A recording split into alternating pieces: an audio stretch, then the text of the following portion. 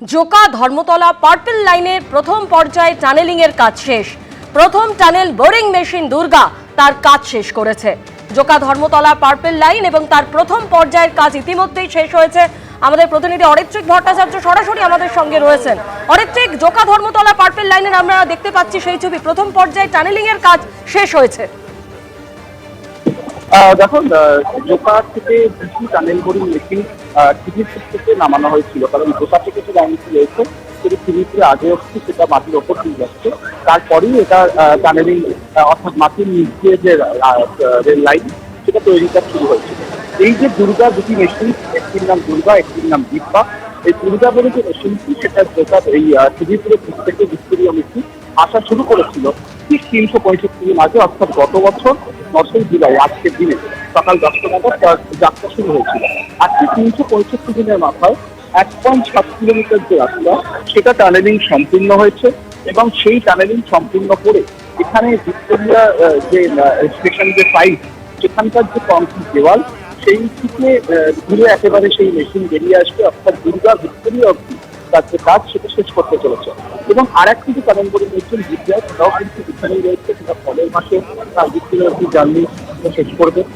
বলে রাখা দরকার যে সম্পূর্ণ ভারতীয় প্রযুক্তিতে এই টানেল বোরিং মেশিনগুলি তৈরি হয়েছিল, যেটা কলকাতার প্রথমবার, কারণ আগে যে টানেল বোরিং মেশিন বিভিন্ন রূপে কাজ করেছে সেগুলো সবই বিদেশ থেকে আনা হয়েছিল। তো চেন্নাই থেকে আনা এই মেশিনগুলো 600 টনের বেশি ওজন, 95 মিটার দীর্ঘ, মাটির প্রায় 17 মিটার নিচে সুরঙ্গ খননের কাজ কিন্তু করছিল।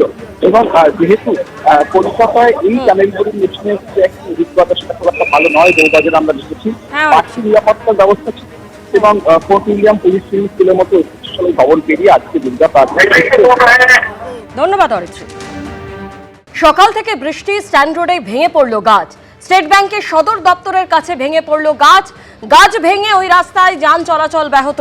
এই মুহূর্তে আপনারা দেখতে পাচ্ছেন সেখানে গাছ সরানোর কাজ চলছে। সরাসরি আমাদের প্রতিনিধি সন্দীপ সরকার আমাদের সঙ্গে রয়েছেন।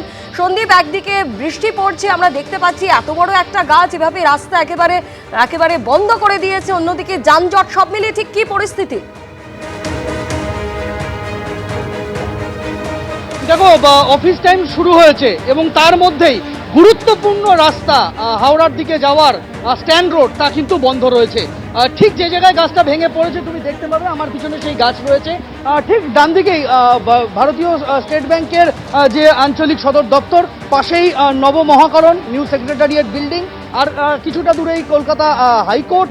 অর্থাৎ একটা গুরুত্বপূর্ণ রাস্তা, সেই গুরুত্বপূর্ণ রাস্তা কিন্তু এই মুহূর্তে একদম অফিস টাইমে বিপর্যস্ত বলা যেতে পারে। যান চলাচল স্ট্যান্ড রোডের এই অংশে বন্ধ করে দেওয়া হয়েছে। যানবাহন ঘুরে এখান থেকে যানবাহন ঘুরে ফেয়ারলির দিক থেকে যানবাহন চলাচল করছে। মাঝের যে অংশটা হাইকোর্ট থেকে ফেয়ারলি প্লেস পর্যন্ত, মাঝের এই অংশ স্ট্যান্ড রোড বন্ধ রয়েছে। বুঝতেই পারছো, স্বাভাবিকভাবেই হাওড়া যাওয়ার এরকম গুরুত্বপূর্ণ রাস্তা অফিস টাইমে বন্ধ হয়ে যাওয়াতে যানজটের পরিস্থিতি তৈরি হয়েছে একটা অংশে শহরের। এই যে গাছটা পড়েছে তা মোটামুটিভাবে আধ ঘন্টা 40 মিনিট আগে হুড়মুড়িয়ে ভেঙে পড়ে। তখন এই গাছের নিচে একটি গাড়ি চাপা পড়ে গিয়েছিল। সেই গাড়িটিকে প্রথমে সরানো হয়, একটি ছোট পণ্যবাহী গাড়ি, যে পণ্যবাহী গাড়িটি এই গাছের তলায় চাপা পড়ে গিয়েছিল।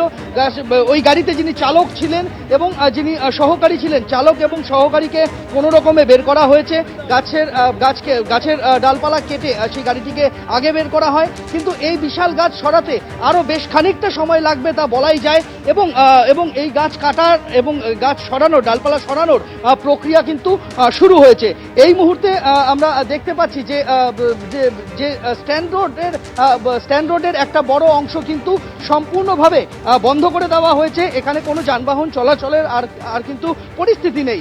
তুমি দেখতে পাবে রাস্তার একদিকের অংশ, ফেয়ারলি প্লেসের দিকের অংশের ছবি দেখালাম।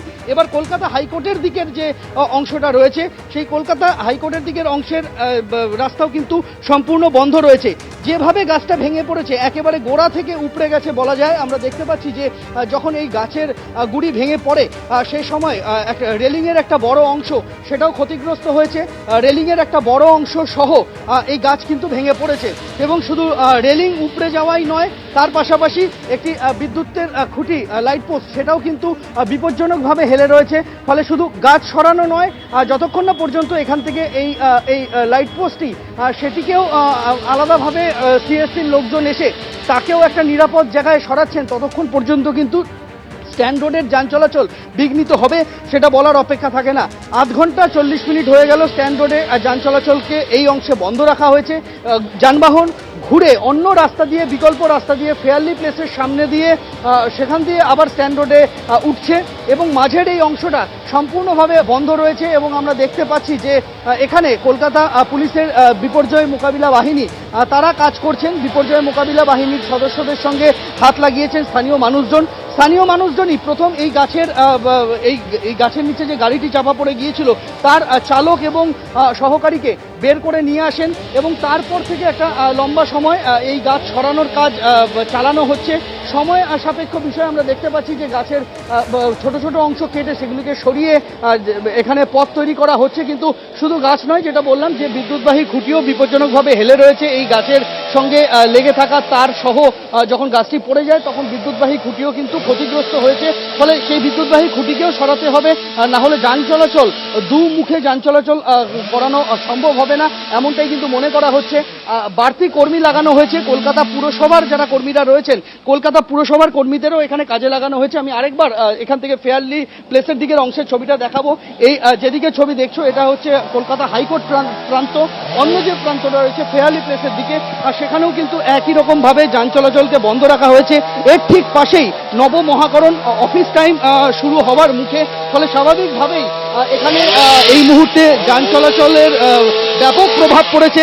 বেশ খানিকটা দূর থেকে অফিস যাত্রীদের পায়ে হেঁটে আসতে হচ্ছে এই অংশে, কেননা এখানে যানবাহন চলাচল করার মতো উপযুক্ত পরিস্থিতি আর নেই। এখানে কলকাতা পুলিশের টিম তারা কাজ করছে, বিপর্যয় মোকাবিলা বাহিনী। যেখান থেকে গাছের গুড়ি উপড়ে গিয়েছে আমি সেই অংশের ছবিটা একবার দেখাবো। এইভাবেই কিন্তু রাস্তার ধারের যে ফুটপাথের রেলিং রয়েছে সেই রেলিং সহ গাছটি উপড়ে পড়ে এবং এইভাবেই রেলিং সম্পূর্ণভাবে বেঁকে রাস্তার মধ্যে চলে এসেছে এবং পরপর দুটি লাইট পোস্ট, সেই দুটি লাইট পোস্ট কিন্তু হেলে রয়েছে। এই লাইট পোস্টগুলিকে তাকে নিরাপদ জায়গায় নিরাপদ আকার না দিলে এখান দিয়ে যানবাহন চলাচল সেটাও কিন্তু বিপজ্জনক। পরপর দুটি লাইট পোস্ট সহ এই গাছটি এইভাবেই পড়েছে। তুমি দেখতে পাবে অফিস যাত্রীরা যারা রয়েছেন তারা কিন্তু পায়ে হেঁটেই আসছেন এখানে। যেটা আমি বলছিলাম যে অফিস টাইম শুরু হয়েছে, ফলে অফিস যাত্রীরা একেবারে সন্দীপ, তুমি যে কথা বলছিলে, তুমি ছবি দেখাতে থাকো। যে ছবি আপনাদের সামনে এই মুহূর্তে তুলে ধরছি, আপনারা দেখতে পাচ্ছেন স্ট্যান্ড রোডের মতো ব্যস্ত রাস্তা, ঠিক যে জায়গায় একেবারে অফিস টাইমে এত বড় একটা গাছ ভেঙে পড়েছে। এবং এই অফিস টাইম আপনারা জানেন স্ট্যান্ড রোডের ঠিক এই জায়গায় নিউ সেক্রেটারিয়েট বিল্ডিং থেকে শুরু করে একাধিক সরকারি অফিস রয়েছে এবং খুব কাছেই রয়েছে হাইকোর্ট। অন্যদিকে এই রাস্তা দিয়ে বহু মানুষ যারা হাওড়া থেকে এইদিকে আসছেন তারা যাতায়াত করছেন, বা কলকাতা থেকে হাওড়ার দিকে যারা যাচ্ছেন এই গুরুত্বপূর্ণ রাস্তা কিন্তু তারা ব্যবহার করেন। একেবারে অফিস টাইমে এইভাবে গাছ ভেঙে পড়ে রাস্তা বন্ধ হওয়াতে কিন্তু সকলেই সমস্যায় পড়েছেন। অন্যদিকে আপনারা দেখছেন যে গাছ কেটে রাস্তা পরিষ্কারের কাজ চলছে, কিন্তু বৃষ্টি চলছে, সমানে বৃষ্টি পড়ে যাচ্ছে। আবহাওয়া দপ্তরের পূর্বাভাস অনুযায়ী আজ সারাদিন বৃষ্টি হবে, সেই জায়গা থেকে কিন্তু কাজ করতে সমস্যা হচ্ছে। আবারও সরাসরি আমাদের প্রতিনিধি সন্দীপ সরকার আমাদের সঙ্গে রয়েছেন। সন্দীপ, স্ট্যান্ড রোডের মতো ব্যস্ত রাস্তায় এই মুহূর্তে ঠিক এই পরিস্থিতি, সেক্ষেত্রে কি কোনো বিকল্প রাস্তা যাতে গাড়ি চলাচল করতে পারে, বিকল্প রাস্তার কি ব্যবহার করা হচ্ছে? দেখো, স্ট্যান্ড রোড থেকে এই সময় যানবাহন যে হাওড়ামুখী যে যানবাহন চলাচল, সেই হাওড়ামুখী যানবাহন চলাচল কিন্তু বিপর্যস্ত হয়েছে তা বলাই যায়। এই মুহূর্তে আমরা যেটা দেখতে পাচ্ছি যে সমস্ত যানবাহন চলাচল করছে সেগুলি ব্যাংশাল কোর্টের গা ঘেঁষে এসে স্ট্যান্ড রোডে পড়ছে এবং ব্যাংশাল কোর্টের গা ঘেঁষে স্ট্যান্ড রোডে পড়ে সেই যানবাহন সেখান থেকে হাওড়ার দিকে চলে যাচ্ছে। আর কোনো গাড়ি সেগুলি ফেয়ারলি প্লেসের সামনে দিয়ে এসে তারপর স্ট্যান্ড রোডে পড়ছে এবং তারপর সেগুলি হাওড়ার দিকে চলে যাচ্ছে। এইভাবেই যানবাহনকে আপাতত চালু রাখা হয়েছে পুলিশের তরফে। আমরা দেখতে পাচ্ছি যে মাঝের একটা বড় অংশ যেহেতু রাস্তা সম্পূর্ণ বন্ধ রয়েছে স্ট্যান্ড রোড, তাই এই বিকল্প ব্যবস্থা নিতে হয়েছে। তুমি দেখতে পাবে যে কিন্তু এই মাঝখানে যাদের অফিস, আমি বললাম যে বেশ কয়েকটি গুরুত্বপূর্ণ অফিস রয়েছে, একাধিক বেসরকারি সংস্থার অফিসের পাশাপাশি এখানে আমরা দেখতে পাচ্ছি যে নিউ সেক্রেটারিয়েট বিল্ডিং রয়েছে, ভারতীয় স্টেট ব্যাংকের যে পূর্বাঞ্চলীয় সদর দপ্তর সেটা রয়েছে, এবং তার পাশেই কলকাতা হাইকোর্ট রয়েছে, মাঝে একাধিক বেসরকারি সংস্থার কার্যালয় রয়েছে। ফলে সব মিলিয়ে যানবাহন চলাচল কিন্তু না হওয়ার ফলে অফিস যাত্রীদের সমস্যার মুখে পড়তে হচ্ছে। একটা লম্বা রাস্তা, তাদের পায়ে হেঁটেই আসতে হচ্ছে। আমি একটু কথা বলে নেব যারা এখানে আসছেন। অফিস কোথা থেকে হাঁটতে হচ্ছে আপনাদের, মানে কত দূর থেকে হেঁটে? ওই মোড় থেকে, শিয়ালদা মোড়, যেখানে শিয়ালদার গাড়িটা পাওয়া যাচ্ছে, বাবু ওই মানে ইডেন গার্ডেনে নেমে ওখান থেকে হেঁটে। মানে আর মাঝের অংশটা গাড়ি চলছে না? না, ওদিক থেকে গাড়ি চলছে, এদিকটা এই গাছ পড়ার জন্য গাড়িটা আসছে। কোথায় যাবেন, কোন অফিস? হাইকোর্টে যাবো। বুঝতেই পারছো যে যারা অফিস যাত্রীরা রয়েছেন তাদেরকে এইভাবেই হাঁটা পথে বেশ কিছুটা রাস্তা কভার করতে হচ্ছে, এবং আমরা দেখতে পাচ্ছি যে অফিস টাইমে এই ঘটনাটা ঘটাতে কিন্তু দুর্ভোগ বেড়েছে। যাদের স্ট্যান্ড রোডের এই মাঝামাঝি অংশে যাদের অফিস, কোথা থেকে হাঁটছেন, কত দূর থেকে? আমরা ইডেন থেকে হাঁটছি। কোথায় যাবেন, কোন অফিস? এই এনএস বিল্ডিং। মাঝের অংশটা কি কোনো বাস চলতে দিচ্ছেন? না, ওই জায়গাটা আটকে দিয়েছে। বুঝতেই পারছো অফিস টাইমে এই ঘটনা, ফলে স্বাভাবিকভাবেই সমস্যা বেড়েছে, বই কমেনি। কিন্তু যে বিশালাকার গাছ পড়েছে তাতে আরও কিছুটা সময় লাগবে এই গাছ সরাতে, তা ভালো রকমভাবেই বোঝা যাচ্ছে। মাঝের অংশের যান চলাচল আপাতত বন্ধ রয়েছে। যতক্ষণ না গাছ পুরো সরছে, যতক্ষণ না বিদ্যুতের খুঁটিগুলিকে সোজা করা যাচ্ছে, ততক্ষণ কিন্তু যানবাহন চালানো যথেষ্ট ঝুঁকিপূর্ণ। সেই কারণেই এই মুহূর্তে যানবাহন চলাচল বন্ধ রাখা হয়েছে। যে গাড়িটি চাপা পড়ে গিয়েছিল গাছের নিচে, সেই গাড়িটিকে সরিয়ে দেওয়া হয়েছে। আলিপুর আবহাওয়া দপ্তরের পূর্বাভাস রয়েছে ভারী বৃষ্টি চলবে আগামী সোমবার পর্যন্ত। দক্ষিণবঙ্গের জেলাগুলির ক্ষেত্রে হলুদ সতর্কতার কথা বলা হয়েছে। দক্ষিণবঙ্গের যতগুলি জেলা রয়েছে, পূর্ব মেদিনীপুর, পশ্চিম মেদিনীপুর, পূর্ব বর্ধমান, হাওড়া, হুগলি, উত্তর এবং দক্ষিণ 24 পরগনা, সব জায়গাতেই কিন্তু ভারী বৃষ্টির সতর্কতার কথা বলা হয়েছে।